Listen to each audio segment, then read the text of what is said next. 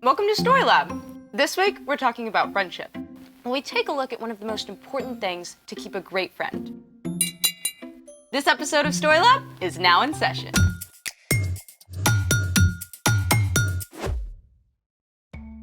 Hey, I'm Sebastian. And I'm Skylar. We're talking about friendship. And what is friendship, Sebastian? It's using your words and actions to show others you care, Skylar. Ding, ding, ding! We have a winner. I win? Yes, go me! What did I win for? I mean, all I did was define friendship. Anyone who can be a good friend is winning. So, do I win anything?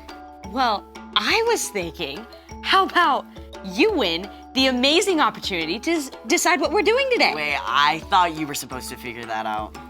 I got as far as this pickle jar and then I got stuck. Look, I was really tired and then I decided to Google and then I got totally sidetracked by a cat video and I'm really sorry. Can you please forgive me? Stop right there. I need to fully take in this moment. What? The moment where you don't have everything completely perfect and put together. Mountaintop experience, huh? It's amazing. Okay, now you've had your little moment. Can you help us out with the situation that does not feel very harmony-us? Trust me, my friend, I am hatching a plan. Good. What is it? Oh, I remember doing this a lot as a kid. Tapping on a jar filled with brine? More or less. So, let's make it! Should I pour this out? Nope, keep that jar right there. Okay, yes, sir. What are we doing?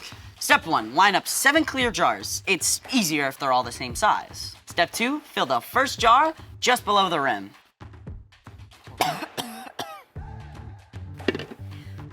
What about the others? Oops, need more water.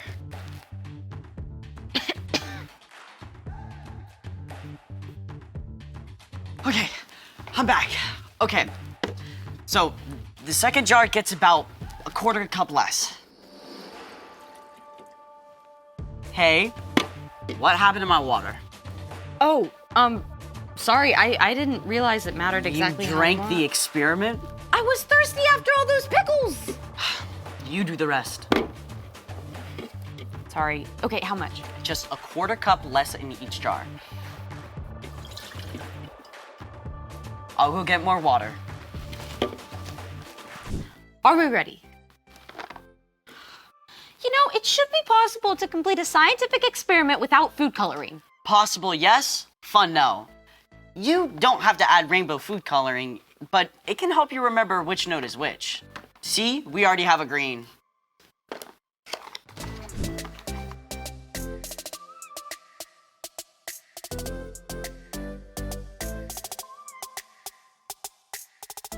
Do you want to tell everyone what we have here? This, my friends, is a water xylophone. So cool. Can I try? I won't mess it up anymore. Promise. Okay, fine. Thank you.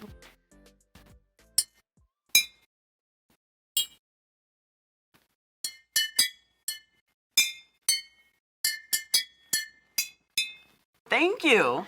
Wait, it's your birthday? In like 7 months. You play something.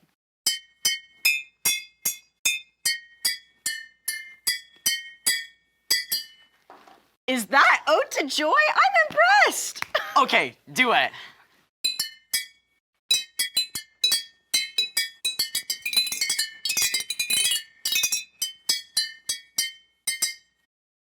I'm not sure if that was harmony. But it was fun. Does that mean you forgive me for messing things up? Yeah, I guess. Which reminds me, it's time for... The story before the story. Today, we're in the book of Colossians. Colossians is one of 21 letters in the New Testament, written by the leaders of the early church to new Jesus followers. The apostles wanted everyone to know about the radical new way Jesus wants us to live. In the Roman Empire, people like women, children, poor people, and enslaved people were viewed as worthless, with no hope of something better. But within the church, all people were viewed as equal because the believers knew that God loves everyone. But The Apostle Paul heard that some false teachers were spreading lies about who Jesus is and what it means to follow him. So Paul wrote a special letter to set the record straight. Which is where our story starts. Take it away. Hey everyone, I'm Padma. The Apostle Paul was pretty upset when he discovered false teachers were spreading lies about Jesus. So, even though he was under house arrest at the time, he wrote a letter to remind them of the truth. The Son is the exact likeness of God who can't be seen. The Son is first, and he is over all creation. Paul made it clear Jesus shares God's power, and that it's only through following Jesus that we can live a life pleasing to God. Toward the end of the letter, Paul got down to the nitty-gritty of what that looks like. Put up with one another. Forgive one another if you are holding something against someone. Forgive, just as the Lord forgave you. Short and sweet, huh? But wow, there's a lot packed inside. First off, put up with one another. That means treating each other with kindness, even if your friend doesn't agree with you about everything. Let's be real. People are gonna do and say things that bug you, even your friends. If you turn your back on everyone that annoys you, you're gonna be awfully lonely. Now, let's take a look at the second part of the verse. Forgive one another if you're holding something against someone. Okay, let's say you're in PE class and your friend picked someone else for the team when you thought they should have picked you. At first, it just bugs you a little, like a pebble that got stuck in your shoe. But after you think about it for a little, what your friend did seems to get bigger and heavier until it's like a giant weight that you're carrying. As long as you keep thinking about it and holding on to that weight, it will get between you and your friend. In fact, if you don't let it go, you may lose your friend altogether. Not only that, but holding on to this heavy weight takes up all your energy for doing other things too. Thankfully, God made a way for us to let go of whatever we're holding against our friends or anyone else. Paul wrote in his letter to the Romans, "But here is how God has shown his love for us. While we were still sinners, Christ died for us."